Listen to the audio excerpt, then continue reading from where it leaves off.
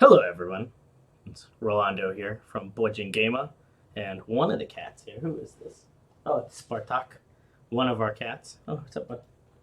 And this is Bojin Gamer. The Bojin Gamer herself is right over here working on translations and stuff.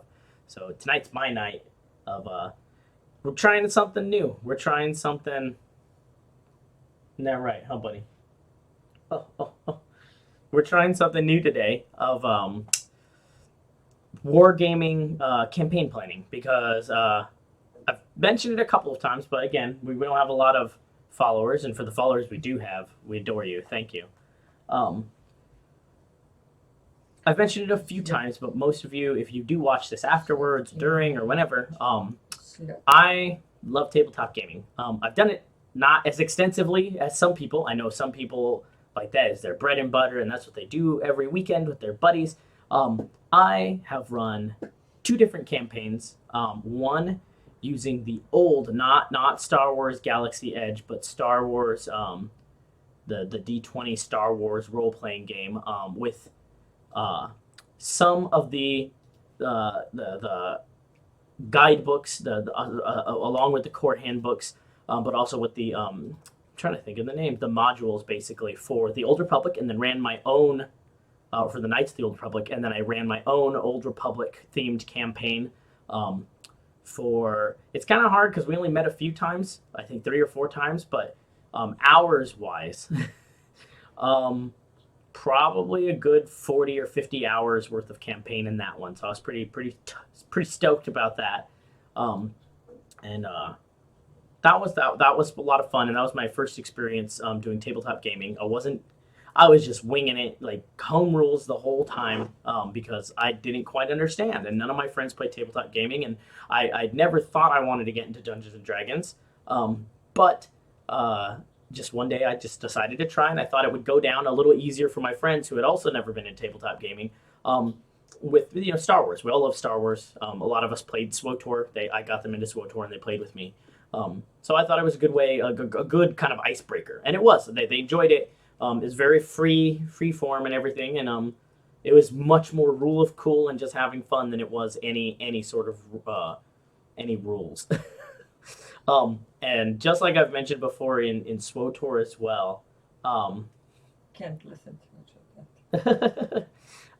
Just as I mentioned before, I'm not a min-maxer like in any games, in RPGs especially. I love storytelling. I hate min-maxing.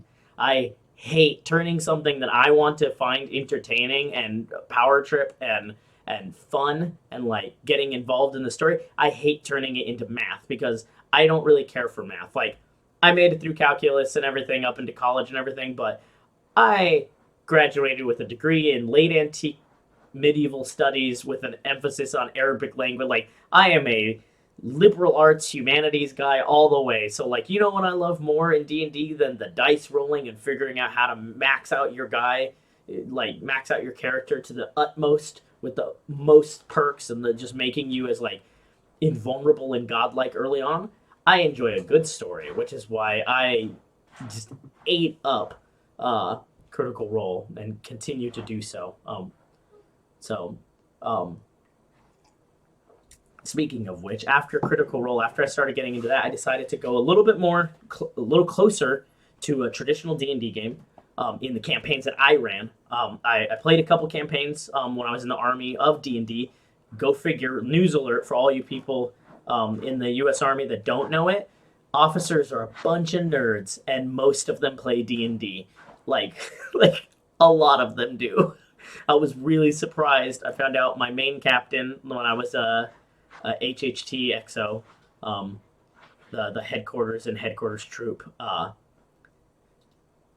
executive officer. I found out my commander was a huge D&D and short form fiction writer on the side, which was great. I absolutely love and adore that man. He is best leader I ever had, still, and still an inspiration. So, Mike Gonzalez. Captain Gonzalez, Major Gonzalez now. Still look up to you for everything you did. Hey, what's up, Flying Filipino? Yeah, right? Our cats, so he's chill right now. When it gets a little bit later here, he's Hey, thanks, man. We appreciate it. It's just nice to even see here. It means a lot to us. And actually, speaking of which, since we're on right now, I'm going to make sure to live up to my promises. We're going to go ahead and off to the side here. Make sure this is all muted off and everything. Yep. We're gonna go ahead and lurk in a few people's chats or a few people's videos. So this way, even while we're doing it, we can still support the channels because you guys support us, so we love the support. So yeah, thank you for even dropping in, man. We appreciate it a lot. Still repping my unit, by the way. Still repping 211 ACR. But yeah, so in the army, I played a couple more campaigns of D&D. And then a couple other tabletop games. I wasn't as big into it. The other big one amongst the officers was Star Wars. What is it? Squadrons, I think. Not Squadrons. Which one is it? The Starfighter tabletop. But they absolutely loved that one. I never got into that. But really, buddy.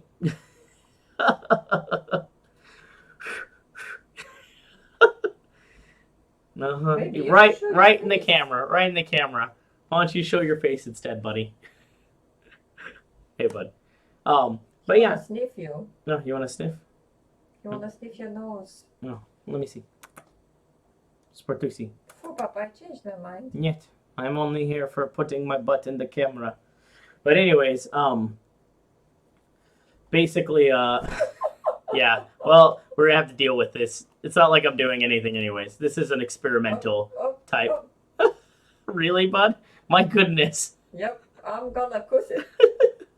Kuss it some more. Meow, meow, meow, meow, meow. He's just Meow, meow, meow, meow, meow, meow. Look at Pissa. I know. Look at Pisachka. He's just chilling. You gotta be the center of attention, huh?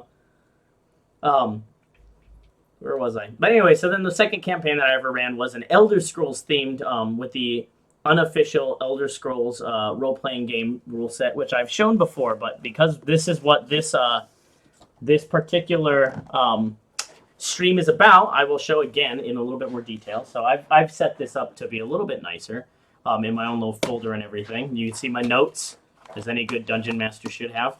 But yeah, some little cover art and everything, and definitely used printers at work. I won't say which work to print all this out.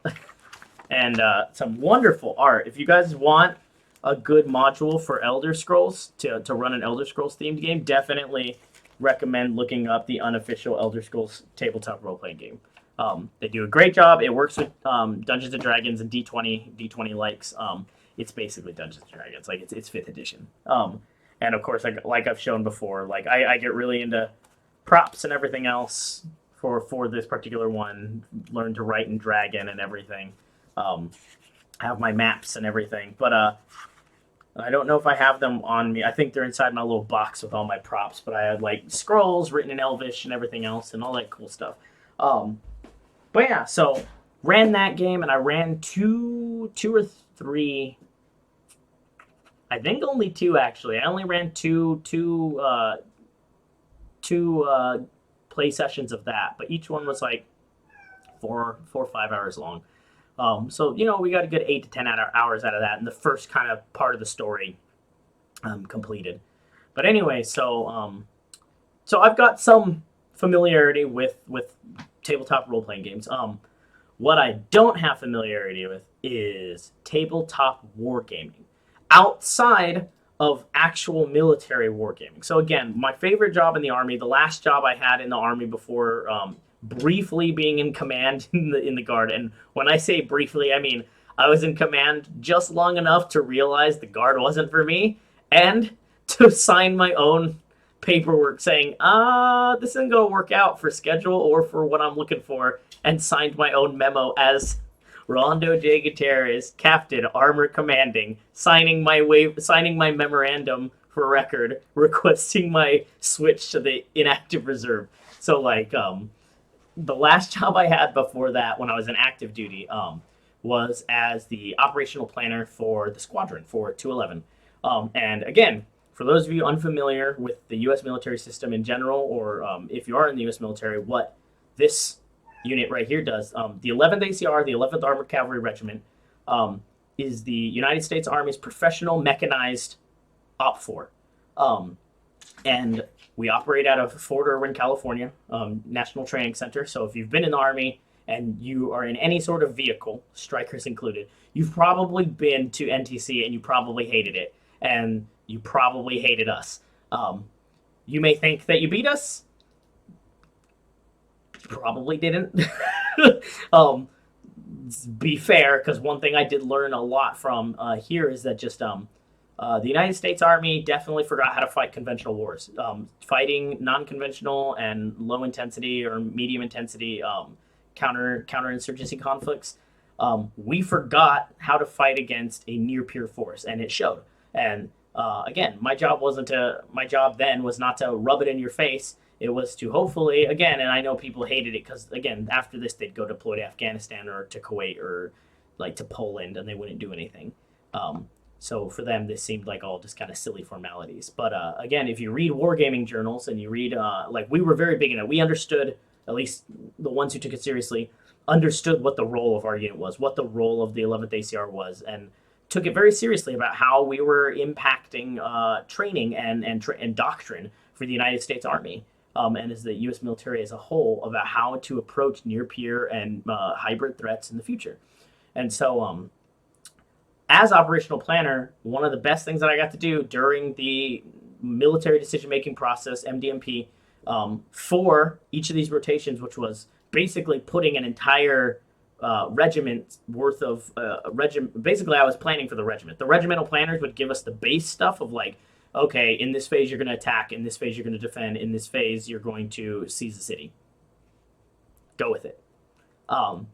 Outside of that, it was me and my team, which was a huge honor and a huge responsibility as a lieutenant promotable and then later as a young captain, making and wargaming out these plans against a full brigade, like a full 5,000 troop force, like hundreds of tanks, hundreds of Bradleys, and we had hundreds of Ops 4 surrogate vehicles, OSVs decked out as BMPs, as T-80s, T-90s, T-72s, and then later on some Chinese stuff, but most of the time it was Russian or ex-Warsaw Pact. So that was really the wargaming, tabletop wargaming experience that I had, and that is very technical, like technical wargaming, but in the Army sense, in that we were really concerned about Army things. We were concerned about supplies. We were concerned about casualty rates. We were concerned about like coordination and coordinating effects and everything else. In tabletop wargaming for funsies, you're much more concerned about like the stuff that we kind of took for granted because we're using real vehicles. So like we know exactly how fast an armored vehicle could go across this MSR. We know how fast it can. We didn't have to roll for turns or anything. We just assumed like, okay, we're gonna move through here by this hour. We know that this company is going to be here because that's what it is. We know how long it takes to get there. We've done this enough to know it takes 30 minutes to get through this pass without any major hiccups. So coming into the casual tabletop wargaming, I've been trying to learn, and one of my first sets was the one that I liked the most so far, mostly because I'm not a big fan of cards and everything. Again, I got kind of spoiled off of D&D, that really, when you play Dungeons & Dragons, the only thing you really need, are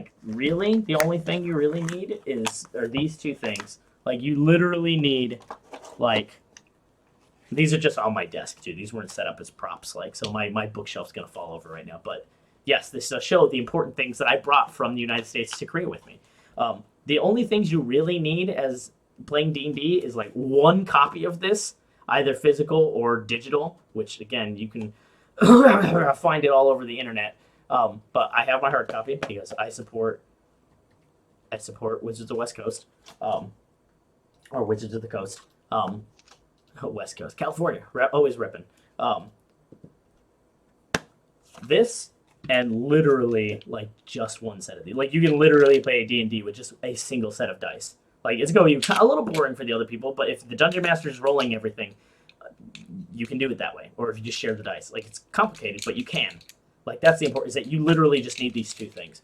So I'm not a fan of games that require a lot of different things. I do not like games that require cards and beads and markers and like I don't like all that. Like I don't like that it's required. If you have it, I like that I can have it to enhance the game experience.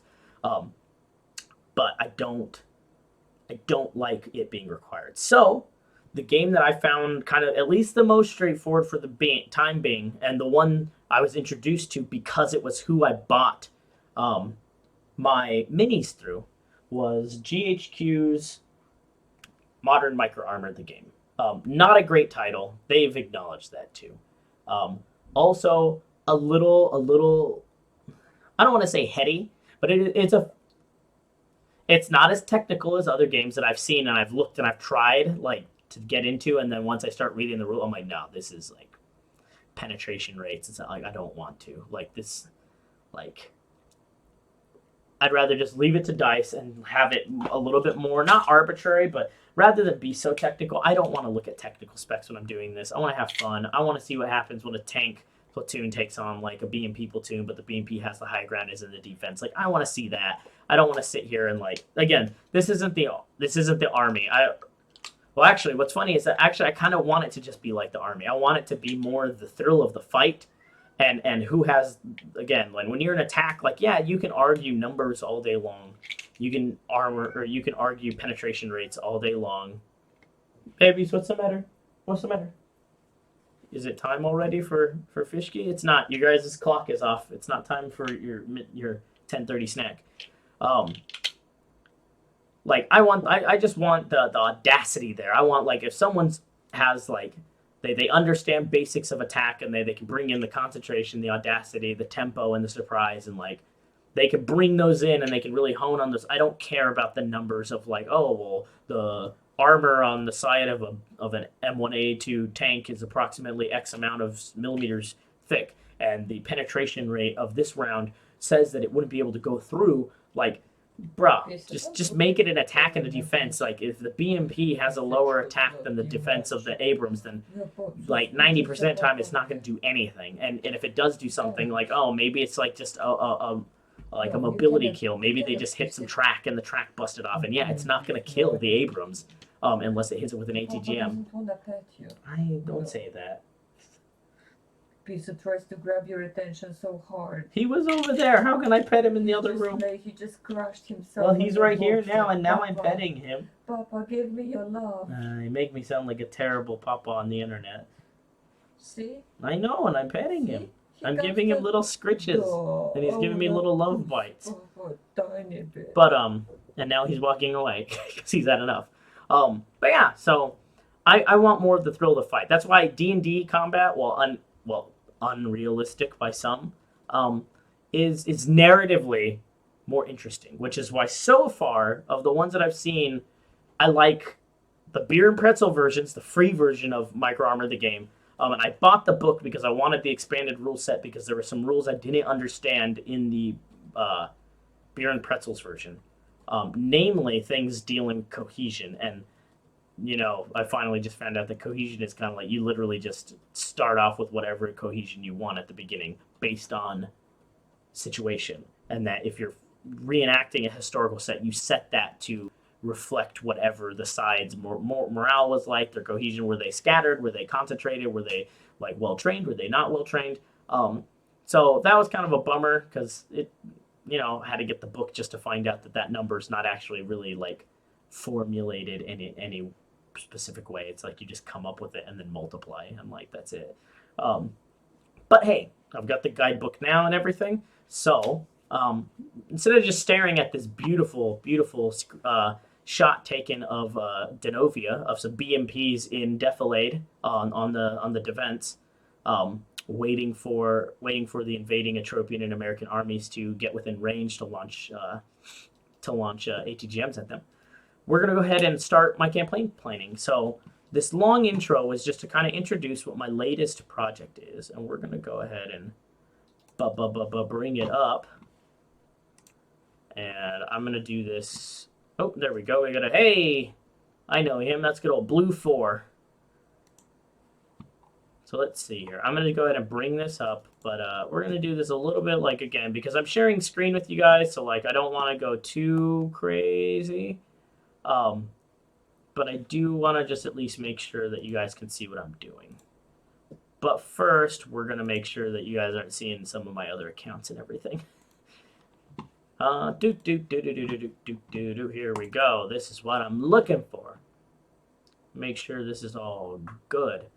I think this is all good. I don't think there's anything here that's worrying me. Yeah, I think we're good.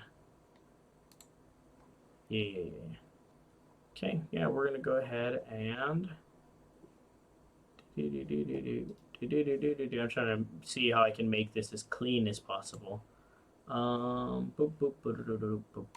Let's see here. Can I? Nope. All right, we're just gonna do this then, I guess. Okay. Yeah, that works. Nope. Okay. Well, we're just gonna do this tab over, and we're gonna go ahead and just expand this, and there you go. So, what you're looking at is my current campaign project that I'm working on.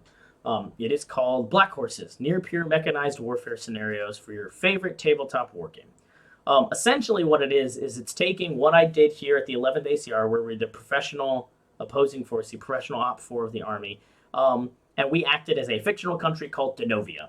And anyone who's been in this unit loves Donovia. Well, most people. Papa, you need to feed them. Okay, it's not time yet. It's 10. It's 10. Can we wait like 10 more minutes? They can wait a little bit. Since they don't. Exactly. They can wait 10 minutes. Because I've talked for 20 minutes or 30 minutes and I haven't even done anything yet, so I'm sure nobody's going to love this. But yeah, so we're going to go ahead and keep working on this. And essentially what this is creating basically just a module for the Republic of Donovia and the Republic of Atropia and what their basic maneuver elements are, and their order of battles for maneuver elements are. And most importantly, giving a day-by-day campaign that you can follow through what was usually a typical campaign throughout our 14-day wars that we would have with rotational units. So running through, I provide some unmarked maps and some terrain features and some nice three-dimensional imagery courtesy of mymilitarymaps.com. Let me double check this real quick. Let me pull this sucker up real quick. Military maps. Map.army. That's what it is. Map.army. Plan your mission, and it's really great because it's just essentially just uses Google Earth, but and gives you some three-dimensional assets to work with a bunch of filters and military symbology that you can use. So yeah, so running through like each of these, it gives maps, kind of what the terrain looks like in 3D, and then gives you a basic task and purpose for the scenario. Essentially, so this way you can play, you at least know what the objectives are. Because I find when I did some of the tabletop games before, like some of the beer and pretzel stuff with Microarmour, usually by myself, just to test out the rules and everything, what I found is that meeting engagements, as they call them, or in the Army as they're known, movement to contact, they're kind of boring. Like, they're not very interesting because a lot of time when you do a movement to contact, the technologically superior force, or the force that by the rules has better armor class, has better attack and better defense, is probably going to win. Like, I think when I ran platoons of 4-on-4 T90s versus Abrams, the Abrams always won, and I think the most that it ever got down to was I think I had 2 Abrams left versus 0 T90s left, and that was like after running it several times, and some of them were like straight up 4 Abrams alive, all T90s dead. Which again, I think is, some people would argue it's realistic. From what I have seen, I think technology does make a difference, definitely. But I think training and experience also make a huge difference. And training, especially when it comes to these type of threats. Like again, our armored forces have not been in tank on tank fights since 2003, and even then that was very limited. Because after that it was primarily counterinsurgency and infantry support. So fighting a trained and well maintained armored force of a near peer country would be very different than fighting Saddam's T-72 divisions. So essentially, like I wanted to provide something that provided a little bit more focus, so that this way there were at least again some tasks and purposes for the individual the two sides essentially. So this way it wasn't just a boring old movement of contact meeting engagement where they meet in the middle, shoot each other, and that's it.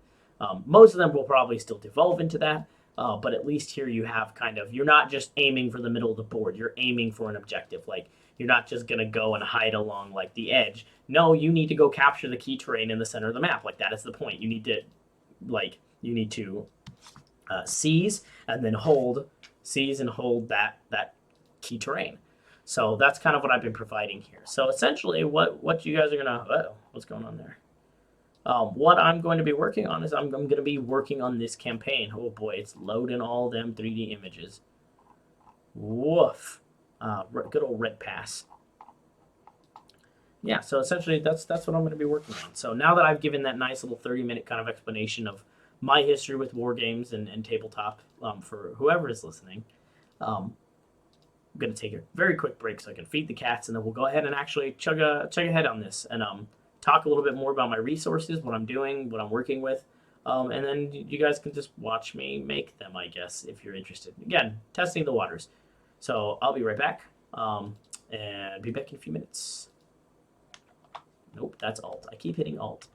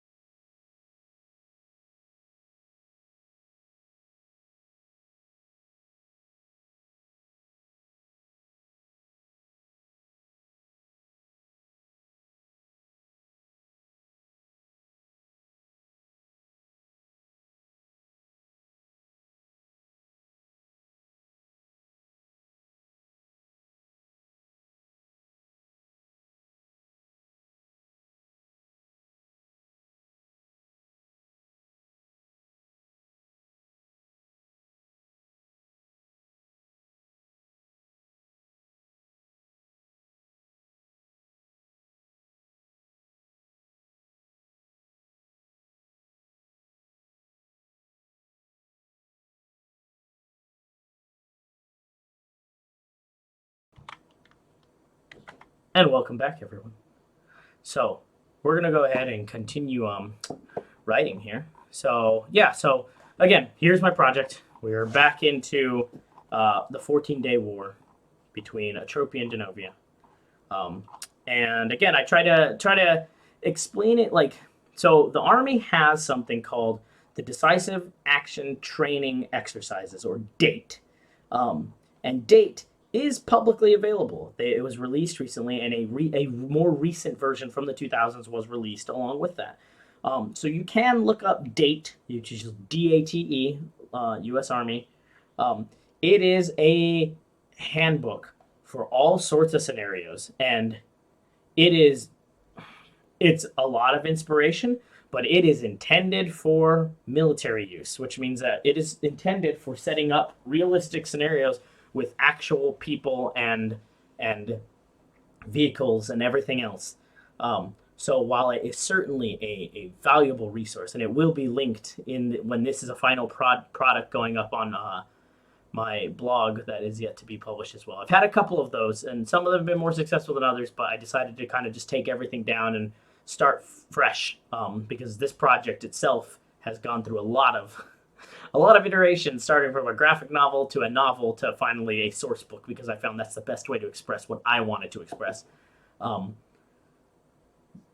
DATE will be linked in this, that you can look at it, and if you want the heavier details, you can. And if you want MTOs for United States Armor, or not United States Army Armored Brigades, you can, because this is what I'm boiling this down to, is to try to make it as accessible as possible for quick and easy, like, maneuver warfare. Like, if you want, again, you want to see Brad's fight Abrams in very large 3 by 6 kilometer spaces, with all sorts of mixed undulating terrain and sometimes urban pieces that you can introduce infantry assets to, this is the way to go, rather than trying to read through the DATE, which has all sorts of cultural applications and like cultural statistics for Atropia and Gorgas and Ariana and Donovia and all the fake countries that they came up with, and the cultural and linguistic and religious makeup of the Bilosevar Freedom Brigade insurgency that works on the border. Like, that's cool and it's great. But when I was the operational planner, that was the S2 stuff. That was the intelligence officer stuff, and that was his part of the brief. And even then, at the level that we were briefing, ours was the maneuver piece. We didn't talk about that crap. Like the regimental S2 briefed that, and it was always kind of just a regurgitated paragraph that they read. We're like, oh, these brothers ran for office in 1999, and since then there's been social instability through oligarchy. Like, and we all, okay, get on with it. Monty Python, get on with it. So I wanted to bypass all that, and this is straight, just like really boiling down the NTC experience, for people who want to try to replicate that, or again, maybe even for operational planners like I was, where if they're really big nerds and they want to do their job on the weekend, they can make this into something that's a little bit more, it's not work. You can still role play it and have fun with it without having it to actually be part of your MDMP and be like, okay, well, we need to fix this. Like, the fuelers can't get through here. This isn't going to be good. Like, oh, the S6 doesn't have enough. Like, the S4 is telling me that the supplies aren't going to be here in time, so we're not going to have this. And then someone has to go yell at the S4, and then they get into the regimental S4, and like all the actual politics of real world military get in. So this is really boiled down, and I mentioned it several times in here that this is like maneuver elements only. Like, I don't include fuelers and command Humvees and command BRDM. Like, I don't care about that. If you want to include them, use your best guesstimate, because guess what? When you have a Humvee in and amongst tanks, the moment it is seen, it's going to die, unless it's very squirrely. But if you're within range and the tank sees you in a turret, like, you're probably going to die. And then it's like, okay, what? You brought the Humvee onto the floor to die. Cool. Anyway, so let's go ahead, and I'm going to go ahead and keep writing. I muted my desktop so that this way I could have a little bit of music while I was doing this. Because, again, the way that I've been reading it, trying to figure out how it all works, and just realizing that, it's a little difficult to try to find music that you won't get like copyright infringement for and everything, which is a shame because I would love some great stuff. So I'm gonna listen to my stuff. What do I want to listen to? What do I want to listen to? Let's see here. We are going to listen to. What do I want? What do I want? We're going to listen to maybe some. We're going to listen to Ninja Sex Party. That's what we're going to do. Some Ninja Sex Party, some NSP. If you're a Game Grumps fan, it's Mr. Dan Avedon's band. We're going to listen to some covers. They do some great 80s music covers. So make sure. I don't know if you can hear that or not.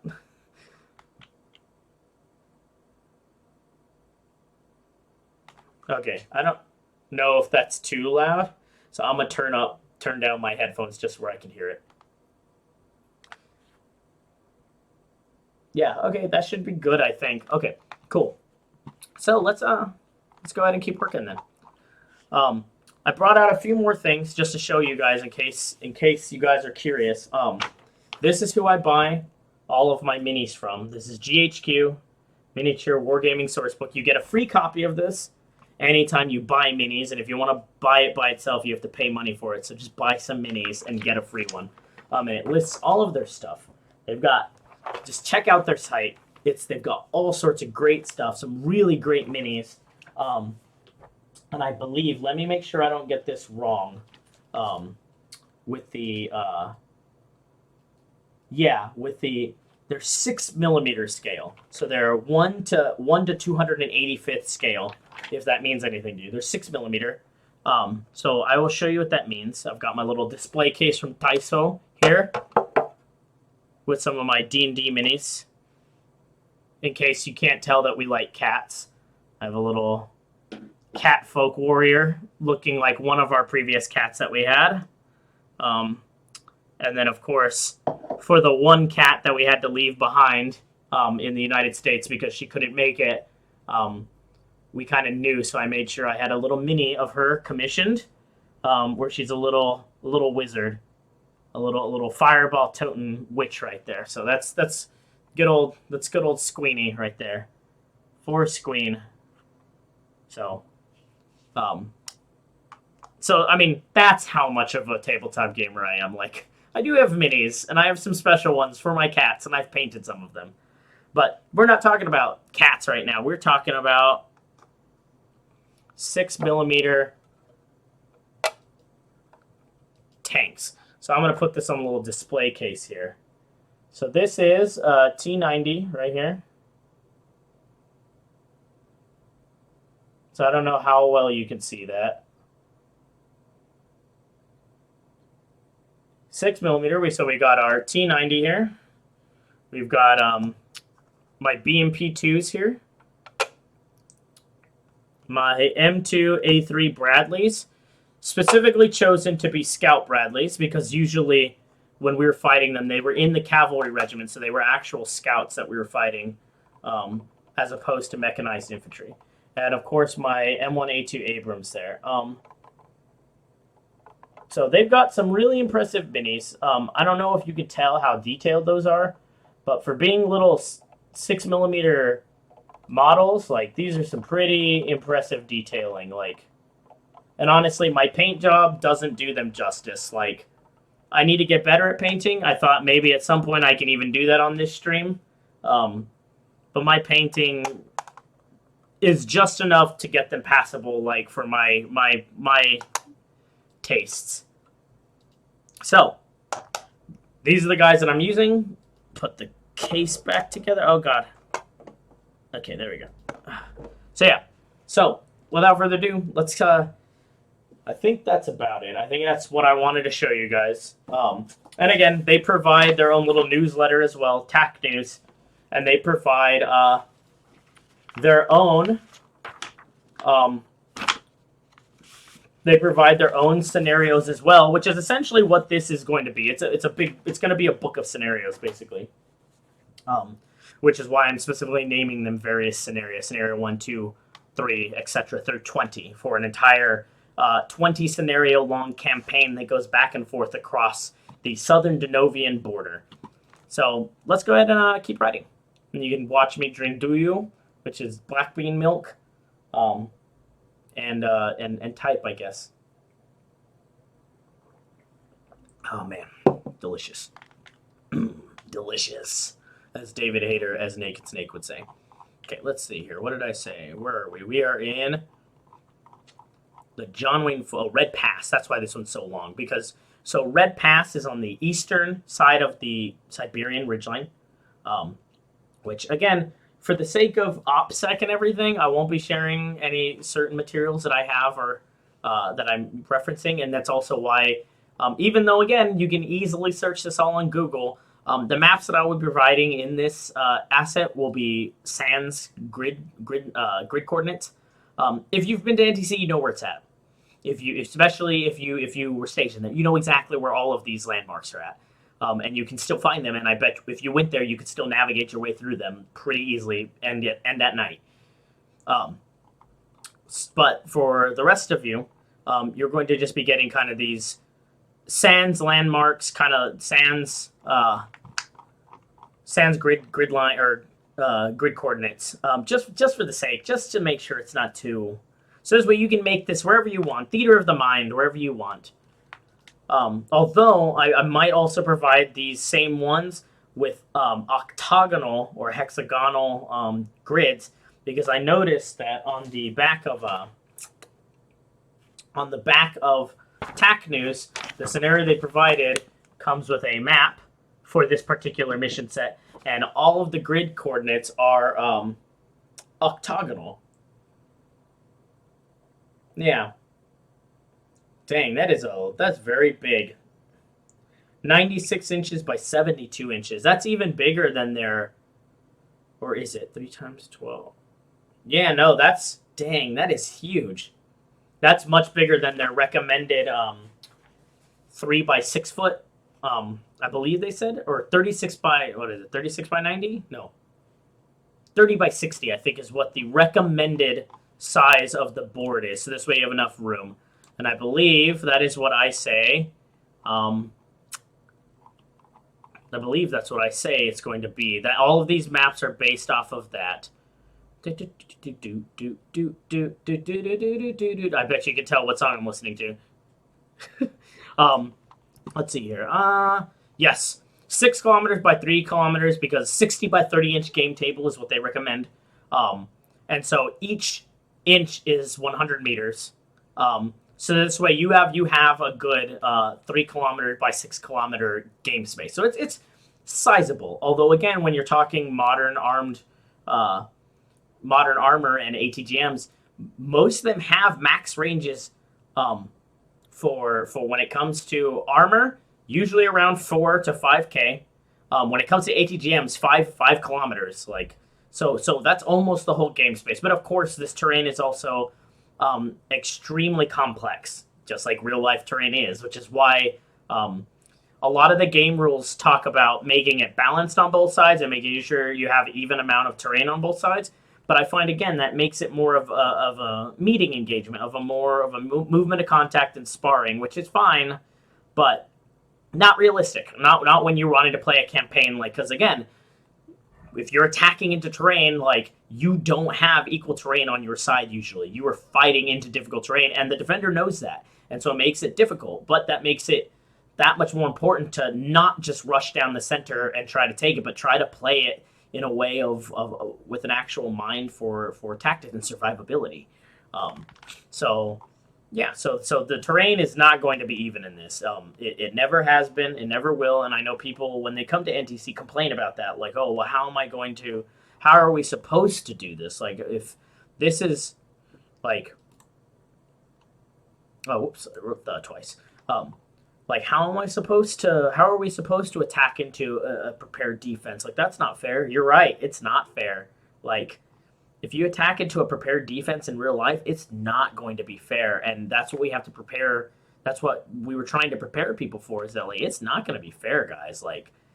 Yeah, you're gonna sustain casualties because people are dug in. They have those coordinates plotted and have TRPs. They have target reference points everywhere, and they have pre-planned fires all over that. So yeah, when your engineers get to that obstacle, what the handbook says, what the doctrine says is like you're going to sustain 50% casualties minimum. Like that's if you're breaching an obstacle at a prepared defense. Like because again, they know you're there and they're going to try to kill you with effective fires. And like again, like and then people would complain, and it's like, well, like this is what it'll be like if we have to ever, God forbid, really, um, God forbid, ever having to fight a war like this.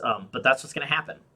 And a few more resources. I just realized a few more. Just since I'm just talking and kind of writing, not really. I'll write for the next like 30 minutes. But I just want to make a good. This is good, just kind of primer for everything. Some of the other reference books that I'm using. The Bear Went Over the Mountain. Excellent reading on Soviet-style tactics in Afghanistan, especially the concept of Brongruppe, which is mix. Basically, it's combined arms platoon between tanks and mechanized infantry, but it's very informal. It's very like just kind of like whatever you have, like throw them together. And so we would employ that again, like a little bit more realistically. Yeah, you've got your set up combined arms platoons, but hey, that anti-tank truck is over here. Let's pull him in and just, hey, dude, you're doing here. Can you maneuver this way while we do this so that we can make this work together? And again, a good conducive training environment, good unit cohesion. That guy's gonna be like, oh yeah, we'll do that. Like yeah, we'll get up here. We'll give you guys, and if we spot anything, we'll pass it through the JCR. Your lieutenant will see it. Like so. The other book that I use, which is near and dear to my heart, is any staff officer is going to recognize these type of books because there's a whole volume of them, including ones on MDMP, which I got rid of after I was at the Army because I don't need to know MDMP anymore. But the next one I got, the Op4 Smart Book, Red Army Team, explains a lot of the modern capabilities and planning fundamentals of the current Russian Army. And absolutely fascinating. Again, great reads. Educate yourself. These are very important to understand for anybody who wants to do wargaming and for any young professionals in the military. Educate yourself. Like, you need to. You just assume you're always going to win and do things. Like, you're going to get people killed. And I hope that the people that will, like, I hope that you guys look at this, but for the most part, I hope the people watching this, they're going to play war games on the tabletop with friends and beer and pretzels. That's what I hope. But excellent resource. And then the last resource is more of just kind of reading to kind of expand your mindset. Unrestricted Warfare. It is a Chinese document written in the late 90s, early 2000s by two Chinese majors, essentially talking about different ways that they could defeat the United States Army or a superior military force through not necessarily unconventional means, but basically knowing that the United States Army trains to do one thing and one thing only, which is fight with the assumption that we have superior forces, and then basically just fighting around that, fighting with technology, fighting with information warfare, fighting with disinformation campaigns, fighting with politics, fighting with money, fighting with, and again, other governments, I won't name any names, have taken these doctrines very much to heart and have figured out how to circumvent the current standing world order and get political and strategic goals completed without getting involved in a major shooting war, which is impressive because again, like for United States international relations experts and planners and every think tanks, it makes it very complicated because we know, or at least the smart ones know, that these other players know how we are going to react and know what's going to set us off and what triggers and how we're going to react. So they have very much abundantly planned around that to achieve their strategic and political goals without having to get invaded or without having to trigger an invasion and an actual conflict. So great read for young officers and tabletop wargamers alike. So without further ado, I've talked for an hour and kind of showed off my resources and projects. I'm gonna work now. So If you have any questions, if you're watching this, feel free. If not, watch me bob my head to music you can't hear, and I'll occasionally talk about what I'm doing. But we're gonna go ahead and start writing. Let's see. So we're on Red Pass, off to the eastern half of the eastern portion of that Siberian Ridge. So on the larger map, we're working right here. We're on scenario 3 right here. So we've done 1, 2, and 3, and I'm working on this, and hopefully maybe we can get this 4 and 5 done as well. Okay. Turn your back on Mother Nature. Let's see here. Okay. So, typically, yeah. Oriented usually from north to south. They're normally in a screen from north to south, oriented towards the west, in order to provide direct observation to the Siberian plain. Yep, evolves into hissy defense. Nebron, the first little city there, a little town of around 50 buildings. Actually, now that I think about it, I think I didn't finish describing that. That's what I was working on last time. Yep, urban center. Yep. Oh, no, I did mention it. Yeah. Nebron consists of... Yep. I'll be right behind you. You could just watch the cats, too, if you want.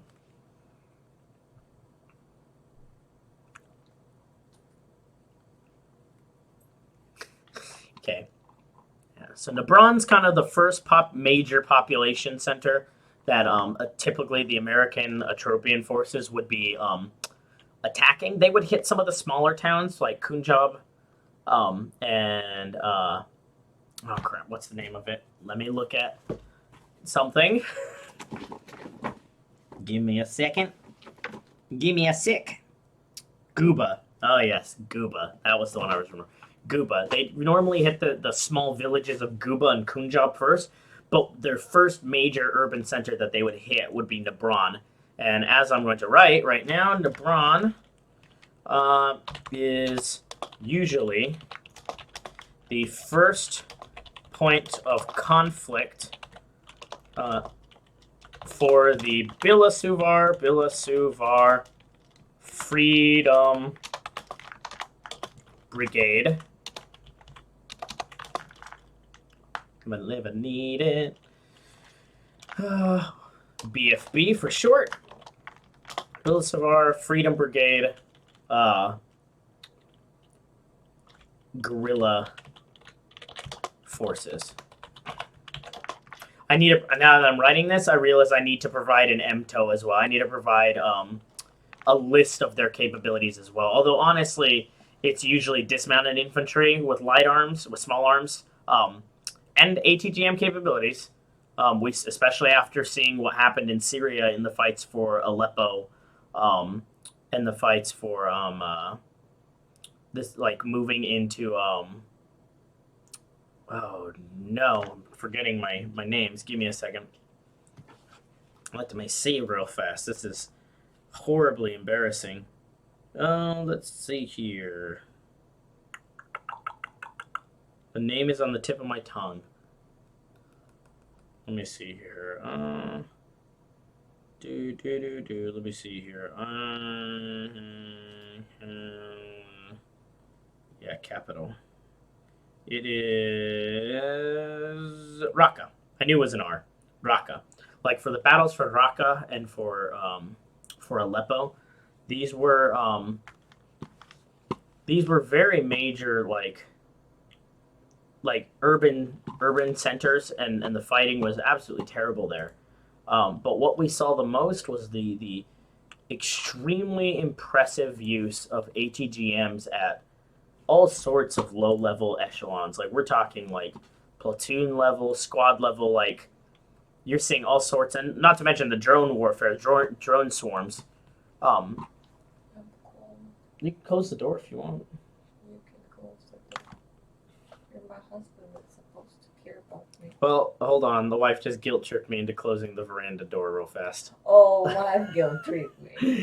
She's sitting here mouthing over to me like I'm cold, and I'm like, okay, we can close the door, and she's like, can you? And it's like I'm streaming, and she's like, but you're the husband. Exactly. Uh-huh. Shucks. Who feeds you dinner? Huh? Who feeds you dinner? And I said, thank you for that. All right. Uh-huh. Давай. All right. Well, we'll leave it on this time because it's to take like 30 seconds. You watch the cats. Make me miss. Oh, you scared писечка. Baby. He's not scared of anything. Baby, you just scared. I ain't scared of anything. I'm gonna take their jingly toys too. Ah. Sorry, brothers. Sorry, boyos. Oh, Pepe, that's not bueno. No bueno. I know, guys. I'm sorry.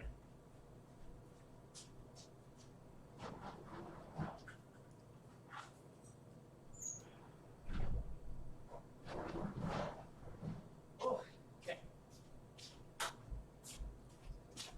All right, boyos. Okay. Oh. Okay. All right. So let's go ahead and keep writing. So, Confer Bill-Savar Freedom Brigade Guerrilla Forces. First instance. Yeah. We can rephrase the instance of substantial resistance, I think. Resistance from the Bill-Savar. There we go. The Bill-Savar for guerrilla forces. Okay.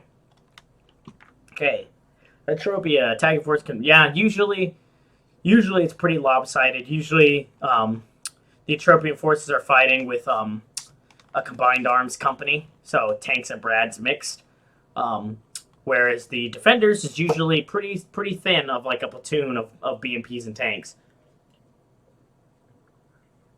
Not always. And in terms of how this role plays, so one thing about Microarmour is that technically in the rules, each mini represents a whole platoon. I don't want to play that because I don't want to play above the company level. Like I have no interest in playing above the. I don't want to play. I don't want to fight like operational fights. Like you can plan them, but I want to fight. I want to fight the tactical fights. I want to fight tank on tank, platoon on platoon, max a company. And some people, I know that kind of slows down the pace of the game. But at the same time, I think it's finding the right balance between the amount of minis that you have to handle on the table, and also making sure that turns run quickly. And so I think just like when I ran these big parties of D&D and everything, the easiest solution is a timer. That when it's your turn, you have a minute, like especially during combat, which all of this is combat, but like during the shooting phase, like you got 1 minute, like you got a minute per mini, and that's it. Like you got a minute per mini, and you gotta move. And honestly, if there's a lot of minis on the table, like if each of you has like 6, 7 mini, like maybe even cutting it down to 30 seconds, and like you have to make a decision, which also kind of reflects what combat's like what even training's like. That when you're fighting, like you don't have a lot of time for these decisions. Sometimes you have a little bit more time and space to make these decisions, but when you're engaged or you're preparing to engage, like you need to make these decisions rapidly, and that you make the best informed decisions that you can, and it's not always correct, but that also I think creates a natural kind of instance of fog of war.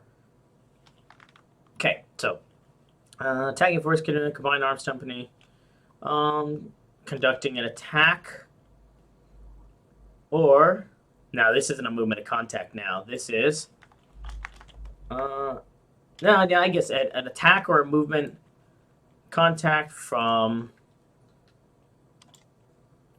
I guess it would be west to east. From west to east, in order to seize the key terrain, seize key terrain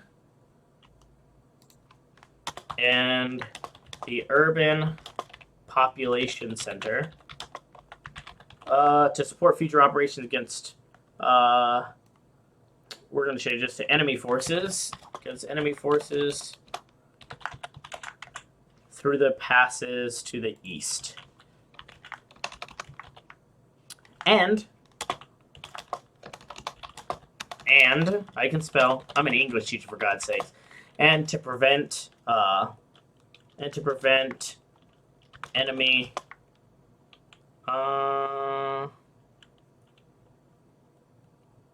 I guess counterattacks, really. Because again, essentially here, when you're seizing this terrain to the south, it's not one of the main pieces of key terrain that you're going to need to kind of a jumping off point. Like, when they start coming through the gap here, and like this is the border, like the international border is like right here. When they come through this border and they begin to move into the Siberian plain, they seize this key terrain because they're going to launch attacks into the central corridor, into the northern corridor of the border area, of the border, essentially, province, irritable province. But to the east here, this one right here, the kind of the flow of movement is going this way from south to north, from east to west is kind of the general trend. Before inevitably counterattack, and then they get pushed back to the border, and kind of that concludes the 14 days of campaign. But Scenario 3 is very much what like, this is not a mission that is meant for this is not one of the main fights. This is one of the fights that happens off to the side to secure your flanks. This is to secure this avenue of approach to prevent enemy counterattacks through your rear. Because I think one thing that a lot of units that came to NTC found out is how vulnerable their supply trains are. That you may have all your forces arrayed here in the central corridor, but if you're not watching here and your scouts are not doing a good job, which unfortunately a lot of scouts that we encountered weren't doing a fantastic job because they were pulled too closely in. There was a lot of fear of isolating them and pushing them far out, and while that's understandable for minimizing casualties and being able to support, the biggest problem was that when your scouts are too close, they're not getting you that information that you want from scouts. You're not getting the time and space. You're not getting the what's the word I'm looking for? The term.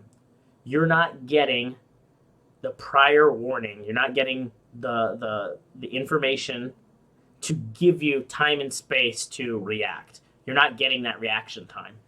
So a lot of times when their scouts would spot us, we destroy the scouts at about 500 meters, a kilometer later, we'd be running into the main force. And if your scouts are a kilometer away, they're not doing you any good.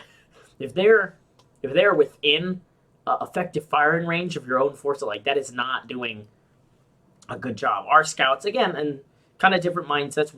It's not real, so we were much more willing to put units kind of out on their own. But when handled correctly, the results would pay dividends of having an OP very, very deep and far away from where our front line was. Like, we're talking tens to even a dozen kilometers beyond anything that we could do. Sometimes a little bit further. Like, there was from supporting range. So they were fairly isolated. But the information would we get? We would know where their supply trains were. We would know where all the talks were at. We would know what they're doing, where the scouts are coming back, what their maintenance status is like, because we could count how many tanks are in the maintenance yard right now. Like, we had observation that was very, very, very effective. And so if they weren't doing their jobs right, we would know that they didn't have any real forces arrayed here, and we'd come along the eastern border, punch through this gap, and then while all their main forces are arrayed here along the ridge, we just come through here and then just start going through medical areas, supply areas, operation centers, and it would be very embarrassing for the unit that was going against us when their brigade commander, a colonel, is like, oh, whoops, like, I'm watching the enemy tanks roll through my camp right now, and I'm drinking my coffee, and we don't have ammo in our guns or anything, because we don't have any ammo in our rifle, because we didn't expect anyone here, and they've got tanks circling and then dropping off infantry, and shooting his majors and stuff while they're around, and like all their miles gear going off, and like that is embarrassing because then like, oh, we raided your talk, like we went into your tactical operations center, you're all dead, and we just start pilfering and like, oh, cool, maps. Oh, these are your plans? Cool. And like all the referees are just like, yep, that's fair. Don't do that. That's just too painful. Like if you take their plans for it like that, don't do that. Like just leave that. You guys didn't find that.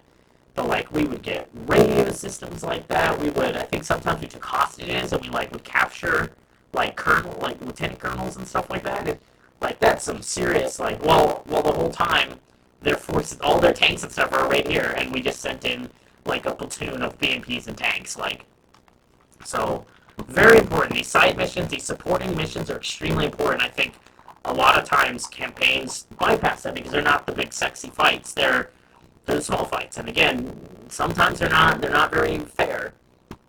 Okay. I think I'm reading through this and kind of talking out loud, which is again another reason I want to do this. I've realized that I should probably have conditions for victory, because I realized that while they are meeting each other and they're going after objectives, they still don't really. They're still going to just devolve into. They're still going to devolve into just kind of killing each other completely. So I think conditions for victory needs to be added. So conditions for victory, defending force is, let's just put defender. Defender is forced to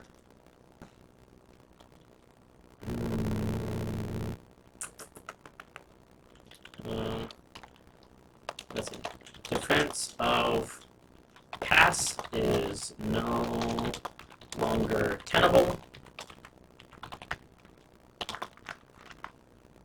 Let's change the Musika up a little bit.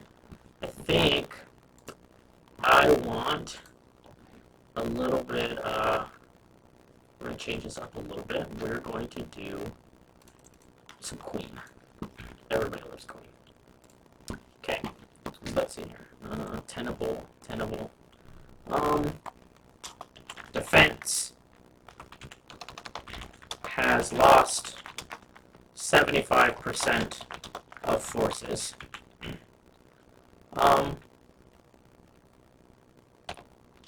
Pass is no longer tenable. City focus. Yeah, because now that there's a population center, there's another, so if main objective is, if main objective is capture of the urban center,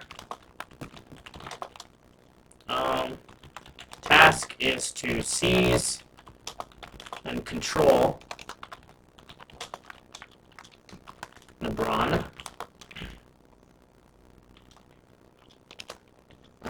It's a long, hard fight for each other. Let's see here.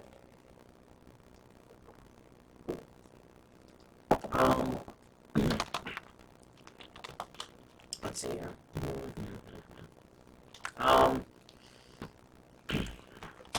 If the main objective is capture the task, yes, I know the task. Seize and control Nebron is to cordon, seize, and control Nebron. So, condition for victory, defense pass is no longer tenable, defense has lost 75% forces. If the focus of the scenario is the city, conditions for blah, blah,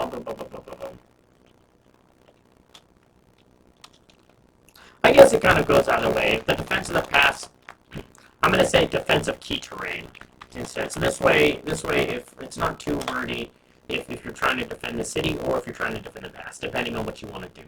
Like if you're going to integrate infantry into this, you're going to be defending both. But if you don't have any infantry, you're probably not going to be defending the city unless you want to make it an urban fight, in which case you could.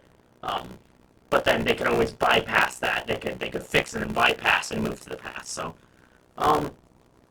actually, you know what? We're going to make conditions for victory both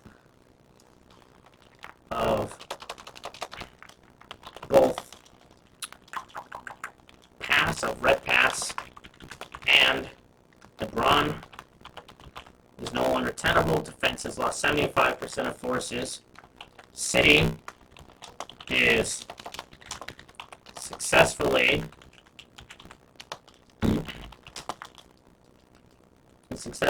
cordoned, and I don't know if I want to say, we're going to say controlled.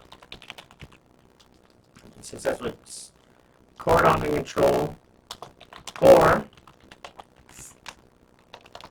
controlled / fixed. Because really, again, like, we're going to say priority falls to the pass itself for conditions, for victory conditions. Yeah, so defensive bolt, red pass, and the Braun is no longer tenable. Defense has lost 75% or more forces. More of total forces. Total forces. City is successfully cordoned and controlled / fixed. And attackers have seized, have seized red pass. There we go. That's better. I think that explains more. Yeah, priority falls to the pass itself for victory. So, yeah, okay. I think I like that. Okay. Okay, alright, let's move on to the next one then. Yeah, lots of stuff, and I didn't write much. I talked a lot, but that's okay. Because again, I'm just trying this out. I want to see what it's like to, we're going to go ahead and copy day 1, Siberian Ridge, because I like this format the best, because I think it's the most, well, come on, don't be like that. Okay, we'll do it like this. There we go. Nope. Okay. Day 1. And here we are. We're the princes of the universe. Okay. Okay.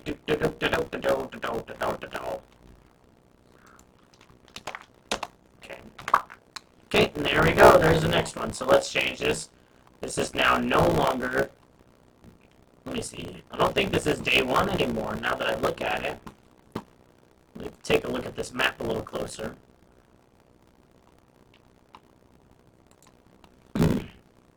I don't believe that this would be considered, yeah, I would say this would no longer be considered, yeah.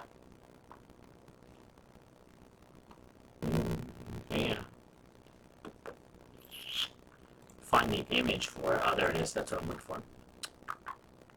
Yeah, there we go. Yeah, I would say that this is no longer... Here's a larger version of the map here.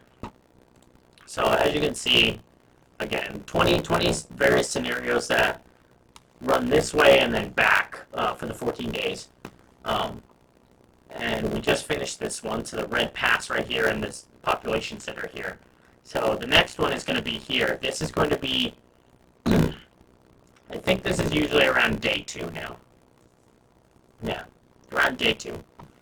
And the great thing is, and I don't know if people would ever want to do this or not, but if you run this as a persistent campaign, with a limited, like, with an actual straight up, you calculate the amount of brigades that you have and everything, and you kind of run through and role play as the whole brigades fighting against each other. You might be able to do a full 14-day, 20 scenario game and see who wins through this. Of course, there'd be a lot of problems with that because, again, my stuff does not I don't talk about in the slightest. I don't talk about brigade assets or aerial assets or anything like that, because again, I'm keeping it more focused, but definitely would be interesting. Okay, so this is day 2 now. Day 2, and we are, that would be Central Corridor, baby. That's yeah, Central Corridor. Yeah, Central Corridor, because then that one's Barasu. Central Corridor, Barasu, and then Alpha Bravo Pass. Yep, would be the next day, would be day 2. Would be the movement into there. Okay, cool. Sounds good. Let's go ahead. Day 2. Central Corridor. Okay, scenario 4. We're going to talk about the Central. Empty.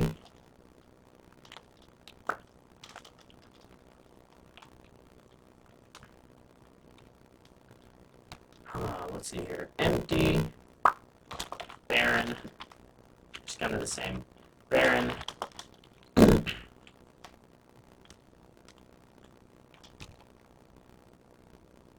Let's see here. Empty, barren, and relatively flat. The Central Corridor.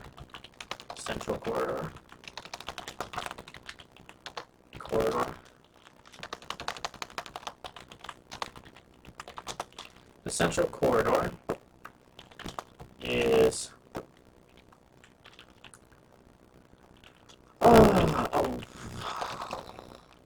say broad expanse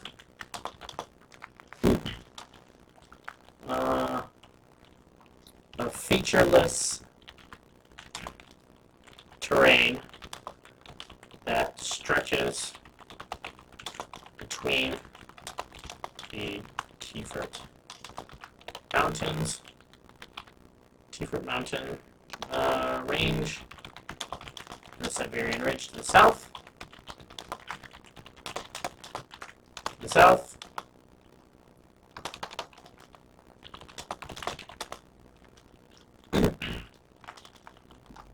and the Iron Triangle Mountain Range. Actually, I don't know if that range has a name. Give me a second. I don't think we ever really talked about it. I guess we just called it the wall, really.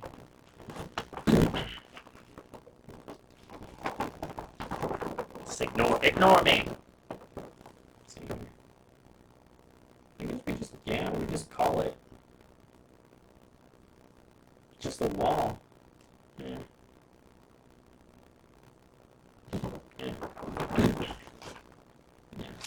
Okay. And the Iron Triangle.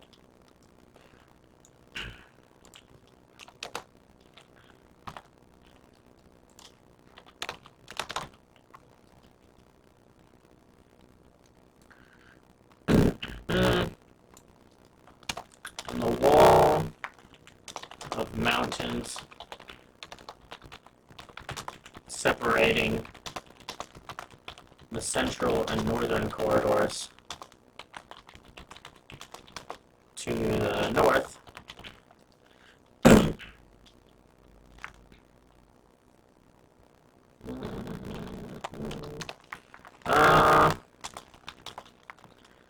The land slopes gently from north to south.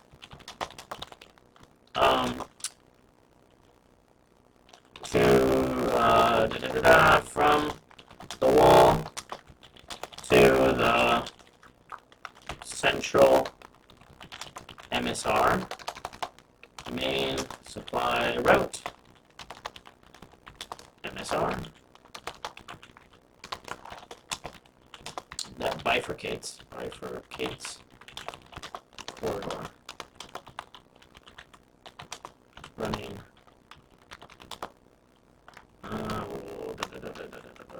the MSR running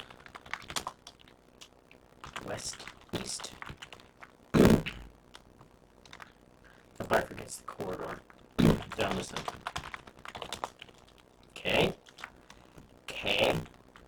Let's see here. What are we going to work with in here? In this particular range, there's not a lot of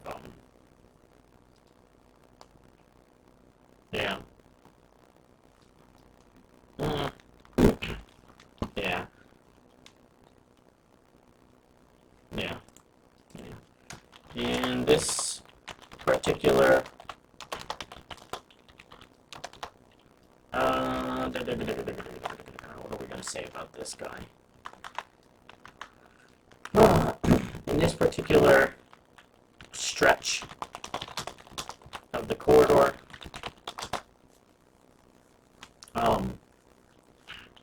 the MSR runs along the southern clay boundary,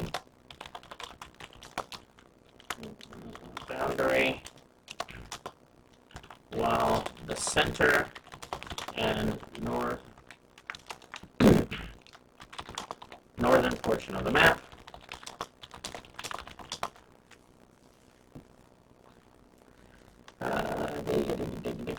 southern map, center and northern portion of the map. Let's see what they contain exactly. You're gonna take me home tonight.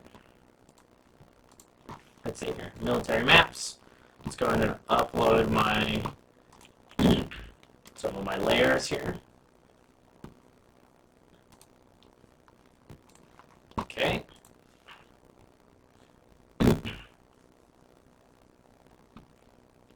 There we go. Let's look at number 4 here, Central Corridor. Oh, it does contain the racetrack. Okay.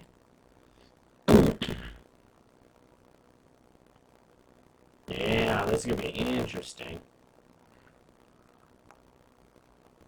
God. Forgot how just like...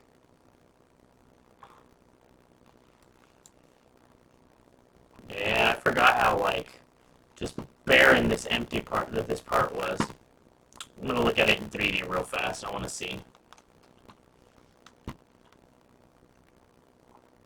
We're going to look from the MSR here.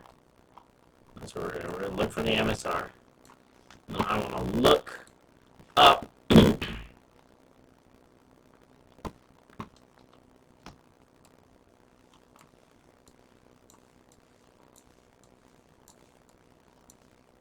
want to look upwards. God, it's so empty. Okay, so I'll run this for you guys so that you guys can see it real quick.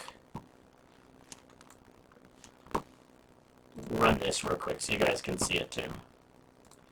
So, oh Lord, oh Lord. Oh Lordy Lord. Okay, so this is what the central corridor looks like from the main MSR. As you can see, like if we go way down here, we go down to like the road here. Like, oh God, why am I so... There we go. Okay. Like if we look at this, like to the south, you can see that it just kind of keeps sloping into the Siberian ridgeline over here. Yep, Siberian ridge right here.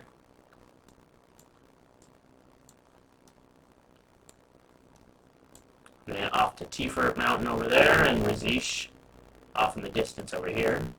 And you've got the pass complexes over here, leading to the other half of the map. But essentially here in the northern corridor, like in the central corridor, it is flat.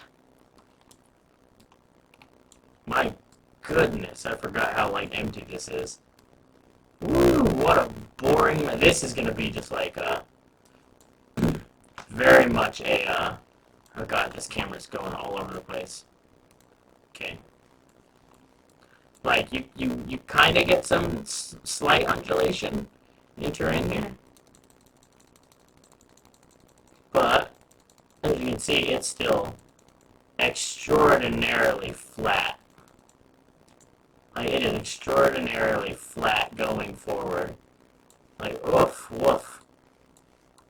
This is very much what is it's very much a meeting engagement. Until you get here, where all of a sudden you get a lot of, some Like, it's not much, but you get some very, very slight micro-terrain going on. This is very much a, this is very much going to be a movement of contact, just kind of brawl. So if you still want that, this is kind of the all-out kind of brawl that you're going to get. Like, so we're going to keep working on this then. Okay. Northern portion of the, well, the center and northern portion of the map contain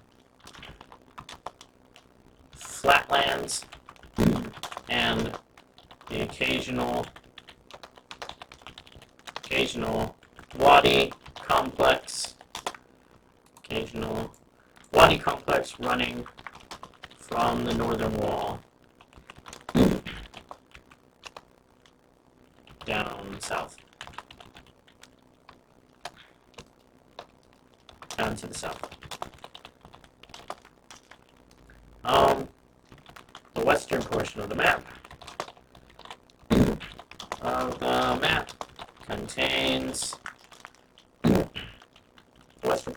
contains the racetrack,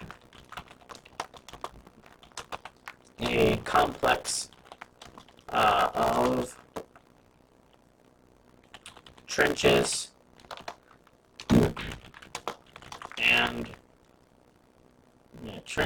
and dug in improved fighting positions. Yeah, fighting positions.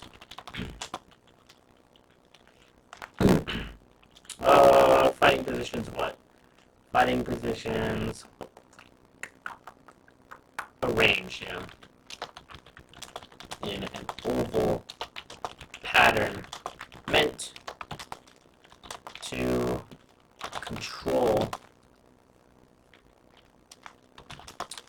the terrain immediately, meant to control the MSR immediately to the north of the main urban center in the province, Razish. Okay, so let's go ahead and add some pictures here. Friends will be friends.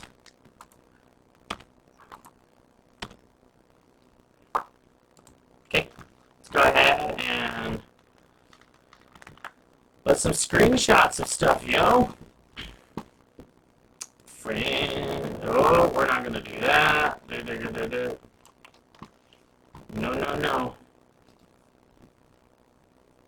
Okay.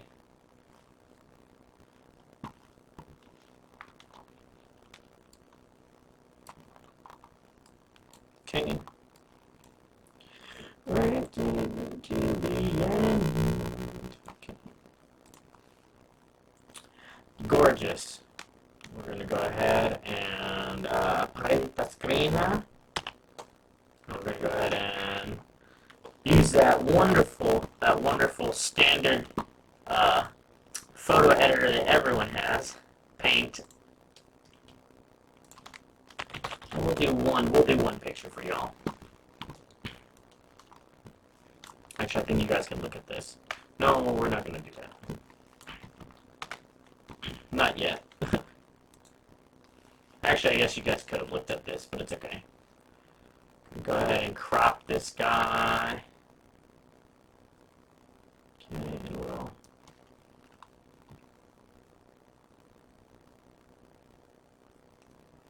Okay, we're going to crop that like that. Okay. And just save it. There's a standardized kind of naming convention I've got here. So,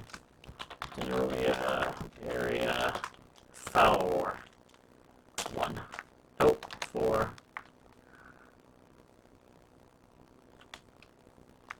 Nope. So we're going to go ahead and insert this now.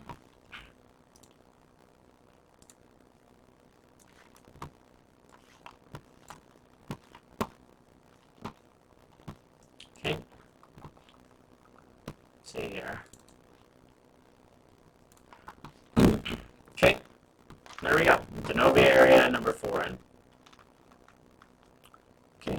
do one more before we call it a night. We're going to add the terrain overlay.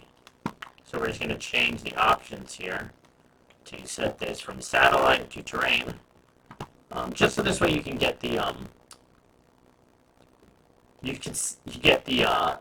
the terrain lines basically. And on this particular map, you really get to see exactly how empty it is. Okay.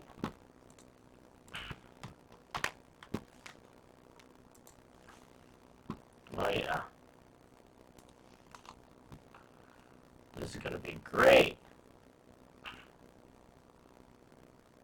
Okay. Crop. Okay. Save it as we've been saving everything.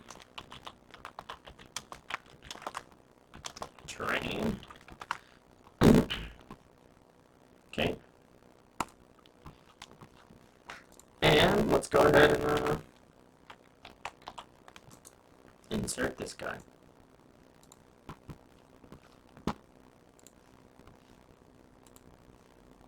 There we go. And as you can see there, it is extremely flat. Like if you want to look at this, like it is like just very flat. This is kind of a terrible area, but it's a meeting engagement. All right, everyone. So thanks for joining me. I'm going to call it for tonight. I got one part done, and more importantly, kind of tested the waters, talked about my wargaming and my tabletop stuff, got to share some resources. I might keep doing this, I might not. Again, I kind of want to make Wednesday nights kind of my just free-for-all, just whatever I feel like. If I want to play Skyrim, I'll play Skyrim. If I want to do waifus, I'll do waifus, which reminds me I do need to do my daily check-ins for those. Or, if I want to play Cyberpunk, maybe that. Or if I want to write and do the tabletop mini stuff, I've got a lot of unpainted minis, and I've got a lot of props to make for these type of things. Smoke clouds, little tablets and markers and everything. And this big project that I've been working on, which is both a personal writing project, but also, again, as you've seen, fairly in-depth kind of, and kind of, not too ambitious, but a fairly ambitious kind of side project of creating a resource for tabletop wargaming out there for people to use. So, if you want to keep seeing this, let me know. Follow if you want to see more. Go ahead and DM us on Instagram or on Twitter. We might get a Discord. I don't know. We don't have that many people yet, so I don't know if Discord's worth it. But thanks for those of you who did stop by and said hello and were watching. Thank you for all those that were watching afterwards. Again, if you like this type of stuff, let us know. We got a YouTube channel too, so if you want to message us there, however you want to get in contact with us, Twitter, Instagram, YouTube, live chat, just let us know if you want to see more of this or if you'd rather just see me play Skyrim or more waifus. But have a good night, everyone. Stay safe out there.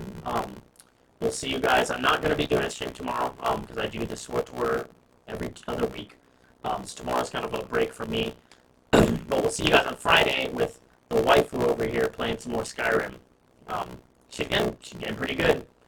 For a first-time video game player, like, she's not dying as often as she was in the first two rounds, so. And she's turned into a stealth archer, but she still screams a lot. Alright. Have a good night, everyone. Take care. Peace.